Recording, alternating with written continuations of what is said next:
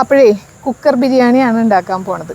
Cooker biryani എന്ന് പറയുമ്പോൾ ഈസിയാണ്, പക്ഷേ ഭയങ്കര ടേസ്റ്റുമാണ്. അതായത് ഒരു 5 സ്റ്റാർ ബിരിയാണിയുടെ ടേസ്റ്റ് എന്ന് പറയാം. അത്രയും ടേസ്റ്റ് ആയിട്ടുള്ളൊരു ബിരിയാണിയാണ്. ബിരിയാണി ഇഷ്ടമില്ലാത്ത ആരും ഉണ്ടാവില്ല അല്ലേ? വളരെ ചുരുക്കം പേർക്ക് ബിരിയാണി ഇഷ്ടമില്ലാത്ത ഉണ്ടാവുള്ളൂ. അപ്പോൾ അതിനായിട്ട് എടുത്തിട്ടുള്ളത് ഒരു മുഴുവൻ ചിക്കനാണ്. അപ്പോൾ അത് കട്ട് ചെയ്തിട്ടാണ് ഞാൻ എടുക്കാറുള്ളത്.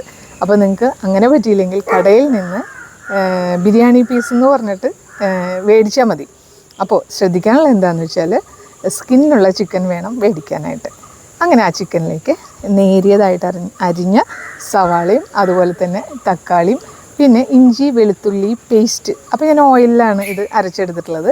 1 കിലോഗ്രാം ചിക്കൻ ബിരിയാണിക്ക് സാധാരണയായിട്ട് 200 ഗ്രാമോളം ഓയിലാണ് ഉപയോഗിക്കുക. അപ്പോൾ ഓയിൽ എന്ന് പറയുമ്പോൾ ഓയിലും അതേപോലെ തന്നെ നെയ്യും കൂടി മിക്സാണത്. പകുതി വേണമെങ്കിൽ എടുക്കാം. പക്ഷേ നെയ്യ് കൂടുതൽ ഇട്ടു എന്ന് വിചാരിച്ചിട്ട് ചിക്കൻ ബിരിയാണിക്ക് അല്ലെങ്കിൽ ബിരിയാണിക്ക് ടേസ്റ്റ് കൂടുന്നൊന്നും വിചാരിക്കേണ്ട. ഇതേ അളവിന് തന്നെയാണ്. അതായത് ഓയിലും അതേപോലെ തന്നെ നമ്മുടെ നെയ്യും കൂടി മിക്സായിട്ടാണ് എടുക്കേണ്ടത്. അങ്ങനെ അതിട്ട് കഴിഞ്ഞിട്ട് അതിലേക്ക് മഞ്ഞൾപ്പൊടി, അതുപോലെ കുറച്ച് ഗരം മസാല, പിന്നെ കുരുമുളക് പൊടി, തൈര്, പിന്നെന്താ വേപ്പില, പിന്നെ ഉപ്പ്, ഒരു ചെറിയ ചെറുനാരങ്ങയുടെ നീര്, അങ്ങനെ എല്ലാം കൂടി മിക്സ് ചെയ്ത് വെക്കുക. ഇനി അടുത്ത പണി എന്താണെന്ന് വെച്ചാൽ ഒരു കുക്കർ എടുത്തിട്ട് അതിലേക്ക് കുറച്ച് നെയ്യ് ഒഴിച്ചു കൊടുക്കുക. അപ്പോൾ നെയ്യ് നോക്കിയിട്ട് വേണം ഒഴിച്ചു കൊടുക്കാനായിട്ട്. ഞാൻ അളവൊക്കെ പറഞ്ഞിട്ടുണ്ടല്ലോ. എന്നിട്ട് അതിലേക്ക് ചിക്കൻ ചേർത്ത് കൊടുക്കുക. ഇനി എന്താ ചെയ്യേണ്ടതെന്ന് വെച്ചാൽ ഒരു പാത്രം അടുപ്പിൽ വെക്കുക. എന്നിട്ട് അതിലേക്ക് നെയ്യ് ഒഴിച്ചിട്ട് ഓൾ സ്പൈസസ്, അതായത് പട്ട, ഗ്രാമ്പൂ, ഏലക്കായ അങ്ങനെയുള്ള സംഭവങ്ങളൊക്കെ ചേർത്ത് കൊടുക്കുക. എന്നിട്ട് സവാള അരിഞ്ഞത് ചേർത്ത് കൊടുക്കുക. സവാള ഒരു നേരിയ ബ്രൗൺ നിറാവുമ്പോൾ എന്ത് ചെയ്യണമെന്ന് വെച്ചാൽ ജീരകശാല റൈസ് നന്നായിട്ട് കഴുകിയത് ചേർത്ത് കൊടുക്കുക. എന്നിട്ട് വെള്ളം ഒഴിക്കുക.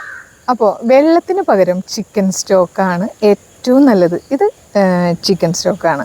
ചിക്കൻ സ്റ്റോക്കിലാണ് അരി നല്ല ടേസ്റ്റ് ഉണ്ടാവുക.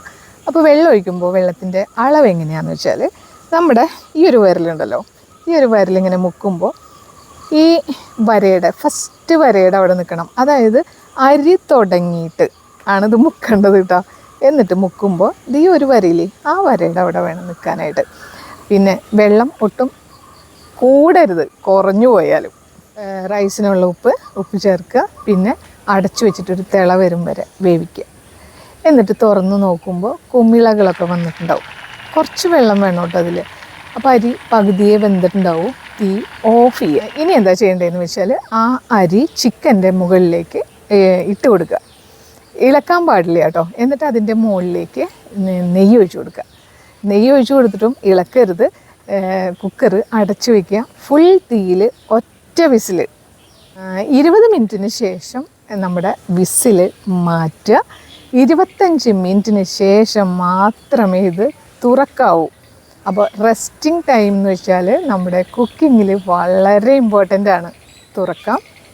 നല്ല പോലെ വെന്തിട്ടുണ്ട്, കറക്റ്റാണ് വെള്ളം. ഈ കാര്യങ്ങളൊക്കെ ശ്രദ്ധിച്ചു കഴിഞ്ഞാൽ പെർഫെക്റ്റ് ആയിട്ടുള്ളൊരു ബിരിയാണി ഉണ്ടാക്കിയെടുക്കാനായിട്ട് സാധിക്കും.